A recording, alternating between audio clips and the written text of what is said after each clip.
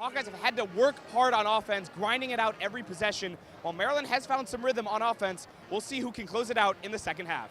Leagues like the NFL recognizing that youth sports has created a pipeline to lure more fans and increase community engagement. Can you even call this a rivalry when one team hasn't even lost in the series? Maryland is 27-0. Those are just some of the supplies being donated here at the Stuff the Bus Summer Palooza. This means that the new pay-to-play model is forcing athletes to be squeezed out of opportunities. And for those who can't afford it, there are hidden costs, among them a pressure to perform.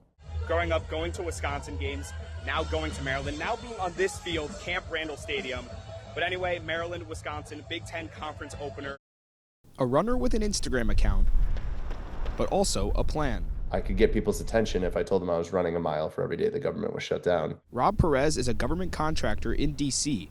who runs. Integrating running and training a lot. I ended up doing over 450 miles in the month of October. During the government shutdown, the Marine veteran stepped up his Instagram presence, running a mile for each day of the shutdown until day 29 to make people aware of how grueling it is and to share civics lessons along the way.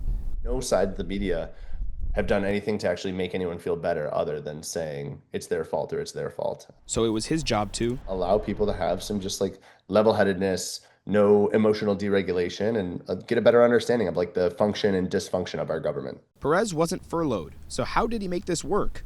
Rob would wake up at 5 a.m. after 4 to 5 hours of sleep and edit the video from the day before and research a topic for the new day, then run 5 to 10 miles or so before running to his 9 to 5 job. Then he would run home, eat, and run some more before getting home close to 11 p.m. Then after doing some laundry and cleaning, it was straight to bed at around midnight. And his motivation? His fellow government workers. Government workers do the most for our country, and they affect people's lives every day, and they're also the most restricted. And the challenge served as a metaphor for the situation.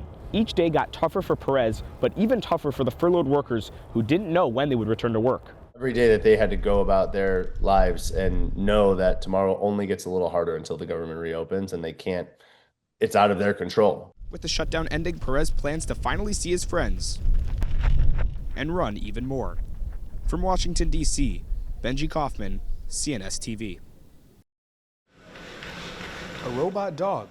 We're actually trying to make it like a medic friend and a medic assistant. Researchers at the University of Maryland are teaming up to use robots to help medics in emergencies. And over the last 2 years, Spot the Dog has been turning into a first responder to assess patients and help out medics in any kind of situation with casualties.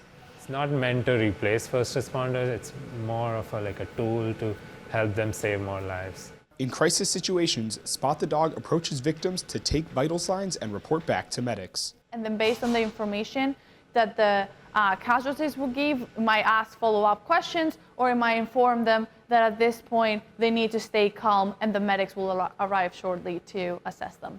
Spot can detect breathing patterns and tell if someone is bleeding. Helpful, but not perfect.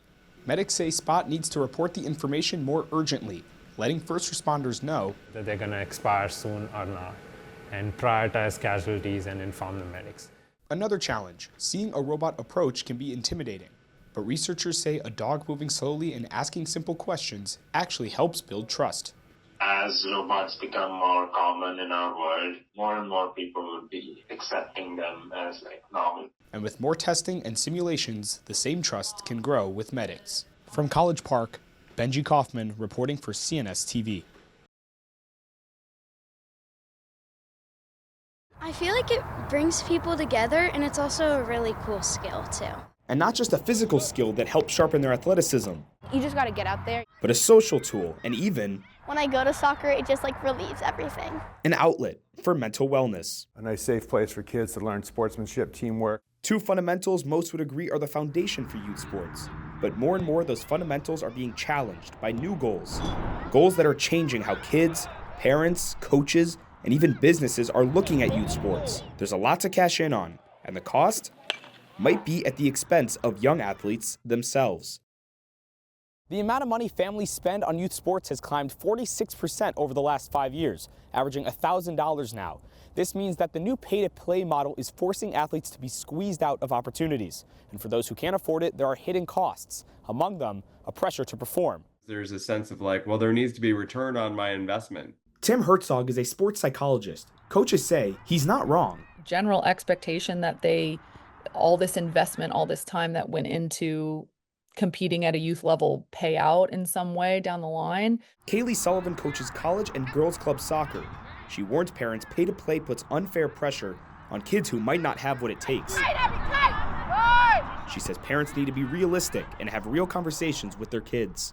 Are you actually in your real life willing to commit to doing those things? Because if not, it's not really a conversation. It's a wish, not a want. A wish one sports psychologist says can hook kids too easily. Kids can get drawn into fantasy that is really only a reality for a very, very select few. But for kids who are driven, I think that I can do hard things and I can overcome. They and their parents are doubling down. There's definitely like an extra level of pressure to achieve. And that pressure starts building at an early age. When did you first start thinking about playing in college being a real possibility? Like 8th grade or freshman year. This kind of player determination and parental drive put added responsibilities on coaches who once were primarily focused on their players. It's more important to coach the parents than it is to coach the players. I'm setting the tone and expectations for what is expected of them.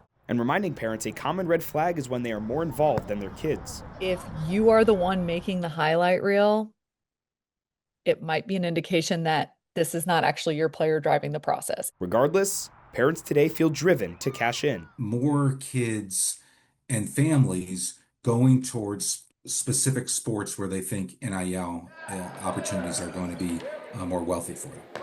Youth sports is a money-making machine. Cranking out an annual revenue of roughly $15 billion in 2017, jumping to $37 billion in 2022, and expecting to soar to $70 billion in 2030. It was only a matter of time before people began to also see opportunity in youth sport.